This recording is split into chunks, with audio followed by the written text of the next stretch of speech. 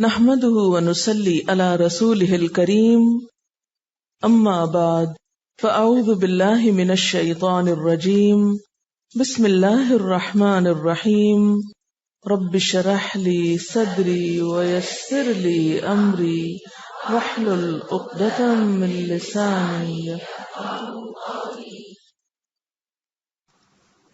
وعلم اور سکھا دیے آدم علیہ السلام کو الاسماء نام کلہا سارے کے سارے تمام ثم پھر عرضہم پیش کیا ان کو علی الملائکتی اوپر فرشتوں کے فقال پھر کہا انبئونی بتاؤ مجھ کو باسماء نام ہؤلائی ان کے ان کنتم اگر ہو تم صادقین سچے قالو انہوں نے کہا سبحانک پاک ہے تو لا نہیں علم کوئی علم لنا ہمارے لیے الا مگر ما جو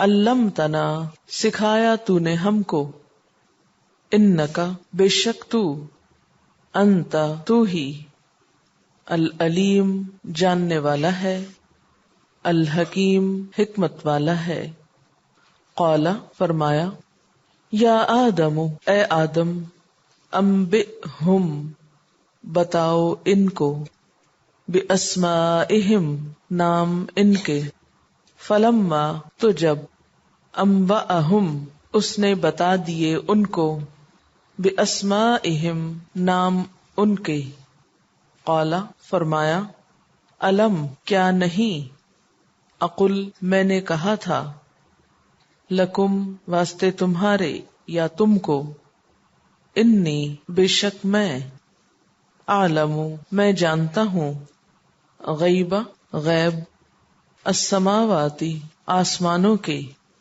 والارض اور زمین کے و اور اعلم میں جانتا ہوں ما جو تبدون تم ظاہر کرتے ہو و اور ما جو کنتم ہو تم تکتمون تم چھپاتے و اور اذ جب قلنا کہا ہم نے للملائکتی فرشتوں سے اسجدو سجدہ کرو لآدم واسطے آدم کے فسجدو تو انہوں نے سجدہ کیا الا مگر ابلیس نے یا الا سوائے ابلیس کے ابا اس نے انکار کیا واستکبرا اور بڑا بننا چاہا وکانا اور ہو گیا من الکافرین کافروں میں سے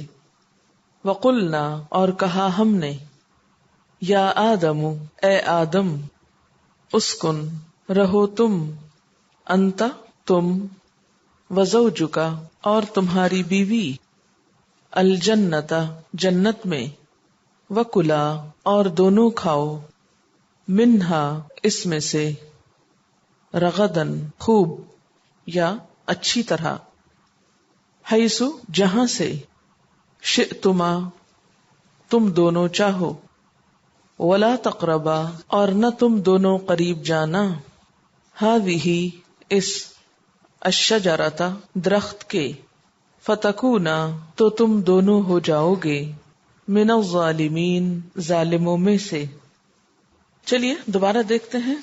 وعلم اور سکھا دیے تعلیم دی اہتمام کے ساتھ کسی کو سکھانا. آدم علیہ السلام کو.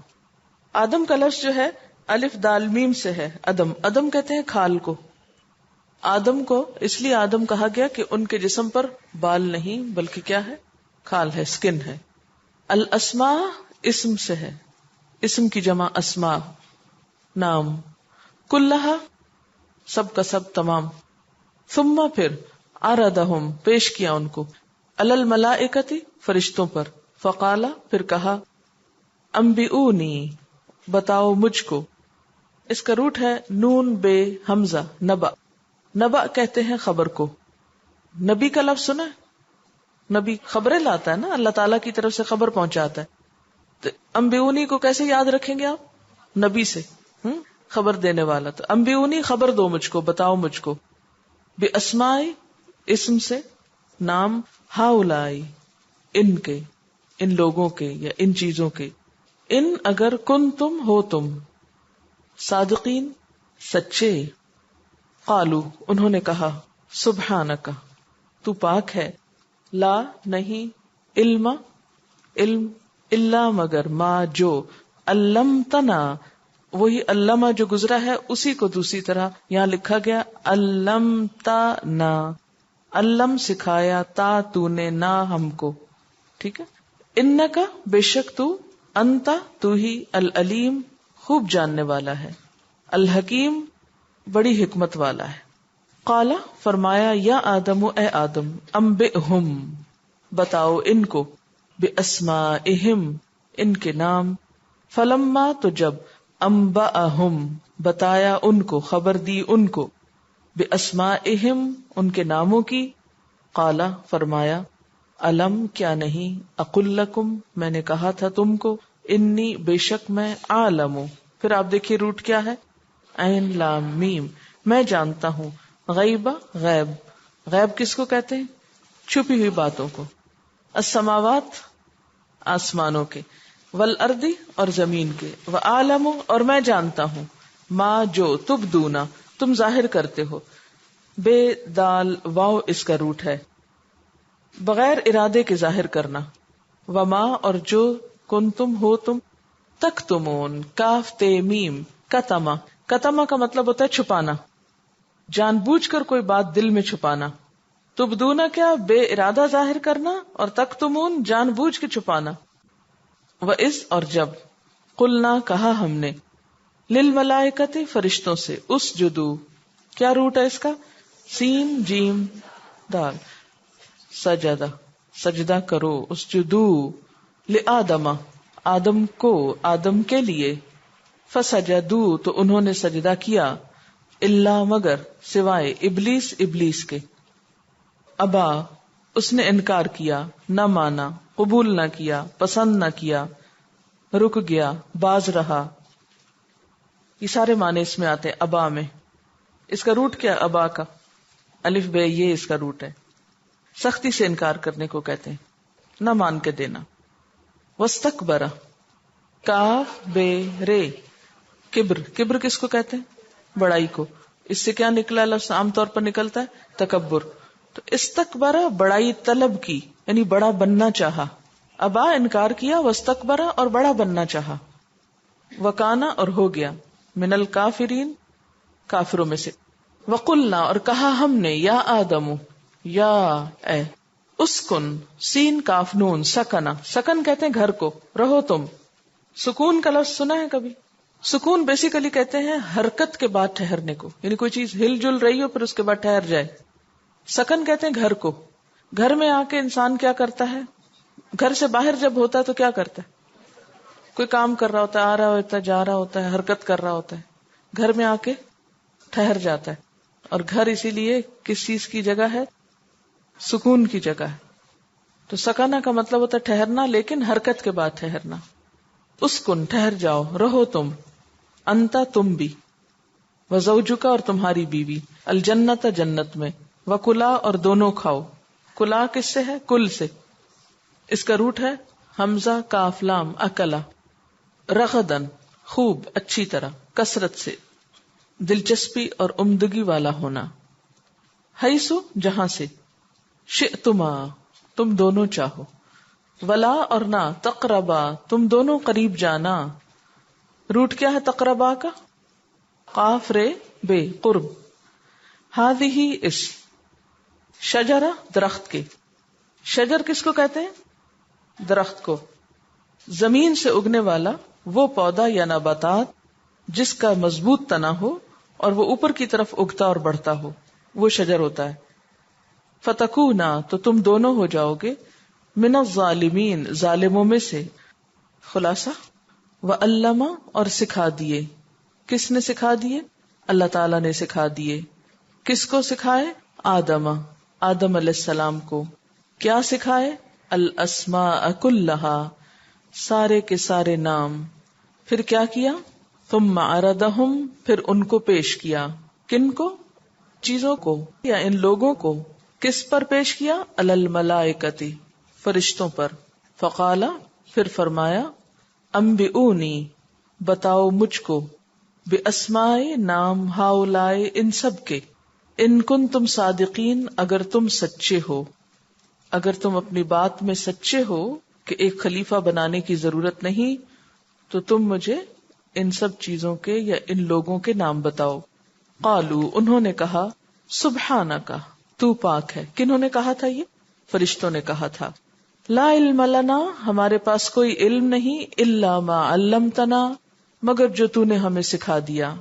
انک انت العلیم الحکیم، بے شک تو علم والا ہے، حکمت والا ہے، تیری حکمتیں تجھی کو معلوم ہے، ہم نہیں سمجھتے. قال، فرمایا. کس نے؟ اللہ تعالیٰ نے. کیا فرمایا؟ یا آدم، اے آدم، کیا کرو؟ انبئہم، بتاؤ ان کو. کن کو؟ فرشتوں کو. کیا بتاؤ؟ باسمائہم، ان کے نام. فلما، تو جب، انبأہم، اس نے، کس نے؟ آدم علیہ السلام نے بتا دیے، ہم، ان کو. کن کو؟ فرشتوں کو. باسمائہم، نام ان کے. ان کے سے مراد ان چیزوں کے یا ان لوگوں کے. قالا، تو فرمایا، الم اقل لکم، کیا میں نے تم سے کہا نہ تھا؟ یہ کون فرما رہا ہے؟ اللہ تعالی. کس کو؟ لکم سے مراد یہاں کون ہے؟ فرشتے. اے فرشتوں، کیا میں نے تم سے کہا نہ تھا؟ کیا؟ انی عالم، کہ بے شک میں جانتا ہوں. کیا جانتا ہوں؟ غیب السماوات والارض، آسمانوں زمین کے غیب، چھپی ہوئی باتیں، پوشیدہ راز. وعالم، اور میں جانتا ہوں، ما تبدون، جو کچھ تم ظاہر کر دیتے ہو. وما کنتم تکتمون، اور جو تم چھپا جاتے ہو. وَإِذْ قُلْنَا، اور جب کہا ہم نے سے مراد کون ہے یہاں؟ اللہ تعالیٰ. اب اللہ تعالیٰ تو ایک ہے، تو ہم نے کیوں کہا؟ یہ زبان کا اسلوب ہے، اسلوب زبان ہے، اللہ تعالیٰ کی شان کا اظہار ہے. اس دنیا میں بھی آپ دیکھیں کہ بسا اوقات بادشاہوں کا کلام یا بادشاہوں کا خطاب کس طرح ہوتا ہے؟ میں کی جگہ ہم. یہ شاہانہ انداز خطاب ہے. وَإِذْ قُلْنَا، اور جب کہا ہم نے، لِلْمَلَائِكَةِ، فرشتوں کو. کیا کہا؟ اسجدوا لآدم، آدم کے لیے سجدہ کرو. تو انہوں نے کیا کیا تھا؟ فسجدوا، سب نے سجدہ کیا. الا ابلیس، سوائے ابلیس کے. ابلیس نے سجدہ نہیں کیا. اس نے کیا کیا؟ ابا، انکار کر دیا. کس چیز سے انکار کیا؟ سجدے سے انکار کر دیا، اللہ تعالیٰ کی بات ماننے سے انکار کر دیا. واستکبر، اور بڑا بننا چاہا. کس کے مقابلے میں؟ انسان کے مقابلے میں. وکانا، اور ہو گیا. کیا ہو گیا؟ من الکافرین، کافروں میں سے ہو گیا، انکار کرنے والوں میں سے. وقلنا، اور کہا ہم نے، یعنی اللہ تعالیٰ نے. کیا کہا؟ یا آدم، اے آدم، اسکن، رہو تم، انت، تم، اور کون؟ وزوجک، اور تمہاری بیوی. ان کا نام کیا تھا؟ حوا علیہ السلام. کہاں رہو؟ الجنت، جنت میں. وکلا، اور دونوں کھاؤ. منہا، اس میں سے. ہاں سے مراد یہاں کیا ہے؟ جنت. رغدن، خوب، اچھی طرح، جو جی چاہے. حیثو، جہاں سے. شئتما، تم دونوں چاہو. دونوں کھاؤ جتنا چاہو، جہاں سے چاہو. ولا تقربا، اور نہ قریب جانا، نہ پاس پھٹکنا. کس کے نہ پاس پھٹکنا؟ ہذہ الشجرہ، اس درخت کے. کیا نام تھا اس درخت کا؟ نام نہیں بتایا، بس کوئی درخت تھا. ورنہ انجام کیا ہوگا؟ فتکونا، تو تم دونوں ہو جاؤ گے. کس میں سے؟ من الظالمین، ظالموں میں سے. ہم نے دعا مانگی کہ اہدنا الصراط المستقیم. اللہ تعالیٰ نے کیا فرمایا؟ ذالک الکتاب لا ریب فیہ ھدی للمتقین. ہدایت قبول کرنے والوں کی پھر صفات بتا دی گئیں کہ کن کو ہدایت ملے گی، اور ان لوگوں کی بھی خصوصیات بتا دی گئیں جو ہدایت نہیں پاتے، جو کافر اور منافق اور فاسق ہیں، جن کو ہدایت نہیں ملتی. پھر اس کے بعد اللہ تعالیٰ نے انسان کو اپنی پہچان کرائی اور اپنی عبادت کا حکم دیا. مختلف نعمتوں کا احساس دلانے کے ساتھ ساتھ نعمت ہدایت کا احساس دلایا گیا، اور ایسی کتاب دی گئی کہ جو ہر شک سے خالی، اور اگر کسی کو شک ہے تو اس کو چیلنج کیا گیا کہ وہ اپنا شک دور کر لے اور پوری یکسوئی اور توجہ اور محبت کے ساتھ اس کتاب کی طرف رجوع کرے۔ پھر اس کے بعد دنیا میں انسان کی آمد کے واقعے کا ذکر کیا گیا، کیونکہ جب تک انسان اپنے خالق کو پہچاننے کے بعد اپنے آپ کو نہیں پہچانتا، اس وقت تک ہدایت کے راستے پہ چلنا ممکن نہیں، کیونکہ کسی بھی عمل کے درست ہونے کے لیے ضروری ہے کہ اس کی بنیاد درست ہو۔ اگر ہم یہی سمجھتے رہیں کہ ہم پہلے بندر تھے اور پھر اس سے انسان بنے اور ایسے ہی بہت سے توہمات کا شکار رہیں، تو پھر ہم اپنی حیثیت، اپنی قدر و قیمت کو بھی نہیں پہچانیں گے، اور پھر ہمارا اپنے خالق کے ساتھ بھی تعلق درست نہیں ہوگا۔ تو جب خالق اور مخلوق کا باہم تعلق ہی درست بنیاد پر نہ ہو تو انسان کو ہدایت مل کہاں سے سکتی ہے، وہ ہدایت پہ چل کیسے سکتا ہے اور اصل منزل تک پہنچ کیسے سکتا ہے۔ اس لیے اللہ تعالیٰ نے حضرت آدم علیہ السلام کی تخلیق کے واقعے کو بیان کیا اور ان کے دنیا پر آنے کے واقعے کو۔ آیت 29 میں ہم نے پڑھا کہ اللہ تعالیٰ نے انسان کے لیے زمین کو بنایا اور زمین کی تمام تر چیزوں کو انسان کے لیے پیدا کیا گیا۔ هو الذی خلق لکم ما فی الارض جمیعا، تو گویا زمین انسان کے لیے بنائی گئی، زمین کی چیزیں انسان کے لیے پیدا کی گئیں، لیکن انسان کو کس لیے؟ جیسے وہ ایک شعر میں آتا ہے نا کہ جانور پیدا کیے تیری وفا کے واسطے، چاند سورج اور ستاروں کو ضیاء کے واسطے، کھیتیاں سبز کی تیری غذا کے واسطے، یہ جہاں تیرے لیے اور تو خدا کے واسطے۔ سب کچھ تو ہمارے لیے بنایا، پھر ہم کس کے لیے؟ اللہ کے لیے۔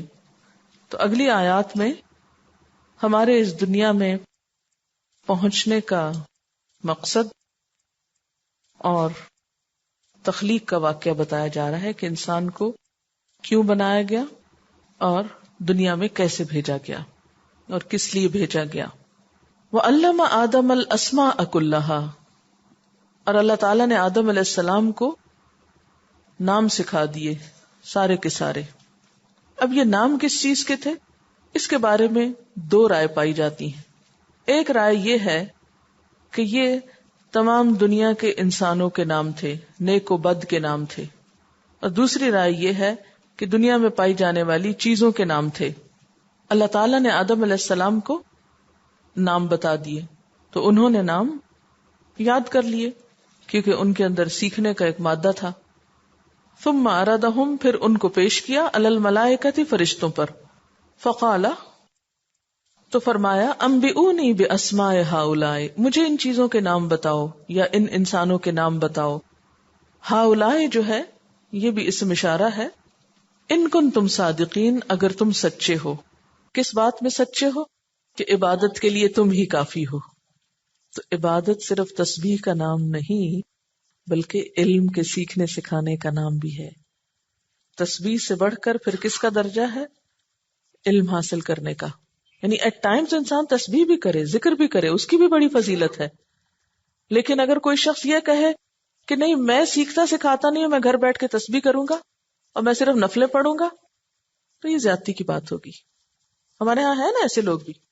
ایک خاتون کو میں نے پوچھا کہ آپ کیوں نہیں قرآن پاک پڑھنے آتی ہوں، کہنے لگی کہ مجھے یہ خوف تھا کہ میرے صبح کا وظیفہ چھوٹ جائے گا، پھر مجھے سبق یاد کرنا پڑے گا اور میرا وظیفہ رہ جائے گا، تو میری جو اتنے سالوں کی عبادت کی روٹین ہے وہ میں خراب نہیں کرنا چاہتی۔ بھئی اللہ کے بندو، وہ تو فرشتے بھی دن رات تسبیح کرتے ہیں، تو اللہ نے یہ کتاب فرشتوں کے لیے تو نہیں اتاری، کس کے لیے اتاری؟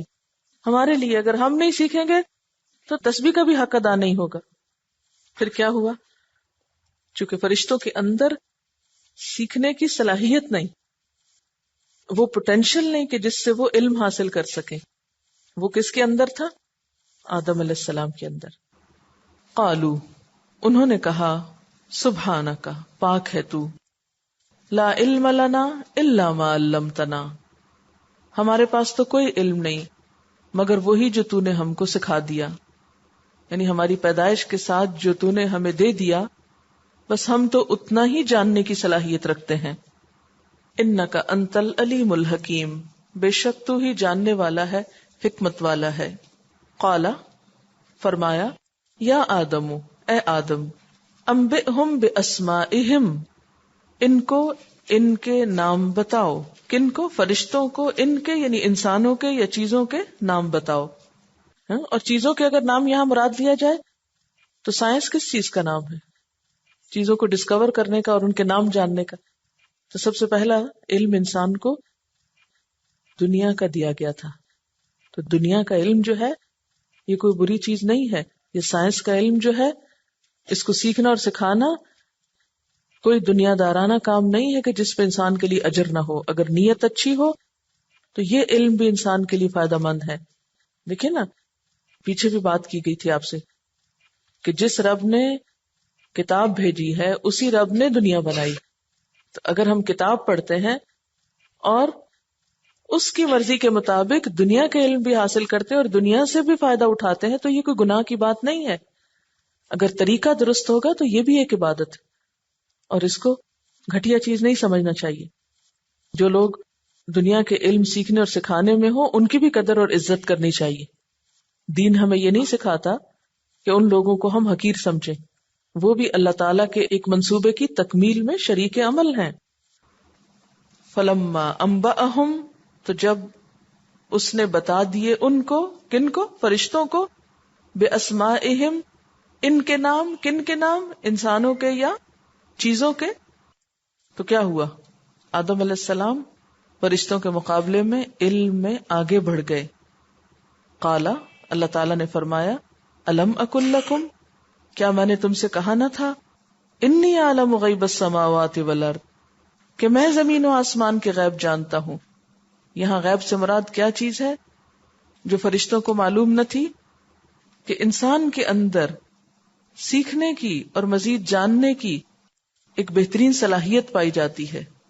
یعنی انسان کے اندر ہی ایسی قابلیت ہے کہ وہ سیکھتا چلا جائے اور مزید سے مزید تر سیکھتا چلا جائے.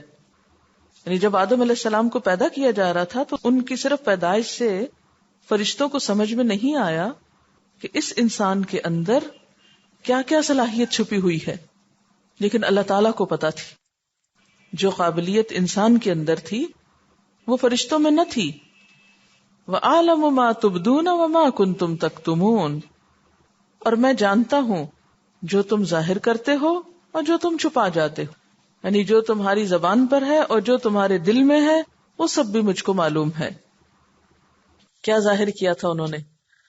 أَتَجْعَلُ فِيهَا مَن يُفْسِدُ فِيهَا، اور دل میں کیا تھا؟ کہ ہم کر تو رہے ہیں عبادت، تو یہ کام ہم ہی کر دیتے ہیں جو انسان سے لیا جانے والا ہے، اچھی طرح کر کے دیں گے فساد کے بغیر. کیونکہ زمین کا جانشین بننے لگا تھا نا انسان، تو فرشتوں کے دل میں خواہش آئی ہوگی، خیال آیا ہوگا کہ یہ جانشینی ہمیں مل جائے. فرمایا مجھے پتا ہے جو تم نے کہا ہے اور جو تمہارے دل میں ہے. وَإِذْ قُلْنَا لِلْمَلَائِكَةِ اسْجُدُوا لِآدَمَ، علم کی نعمت دینے کے بعد، یعنی سب سے پہلے اللہ تعالیٰ نے آدم علیہ السلام کو بہترین شکل پر پیدا کیا، پھر علم عطا کیا، اس کے بعد عزت و عظمت کا مقام دیا گیا، انسان کو سجدہ کروایا گیا. یہ سجدہ کون سا تھا؟ سجدہ تعظیم تھا، سجدہ عبادت نہیں تھا، کیونکہ اللہ کے سوا کسی کی بھی عبادت جائز نہیں. لیکن اب حضور صلی اللہ علیہ وسلم کی شریعت میں جو آخری شریعت ہے اس میں یہ سجدہ بھی منع کر دیا گیا. کسی کی تعظیم کے لیے بھی زمین پہ سر نہیں ٹیکنا چاہیے، یہ رکوع نہیں کرنا چاہیے. ویسے عاجزی اور فروتنی اچھی بات ہے. وَإِذْ قُلْنَا لِلْمَلَائِكَةِ اسْجُدُوا لِآدَمَ، اب فرشتوں سے کہا ہم نے کہ آدم کو سجدہ کرو. فسجدوا، تو سب نے سجدہ کیا، وہ آدم کے سامنے جھک گئے. الا ابلیس، مگر ابلیس، اس نے انکار کر دیا. اب یہ جو سجدے کا حکم تھا یہ صرف فرشتوں کو نہیں تھا، ساری جاندار مخلوق کو تھا، جنات کو بھی تھا، فرشتوں کو بھی تھا.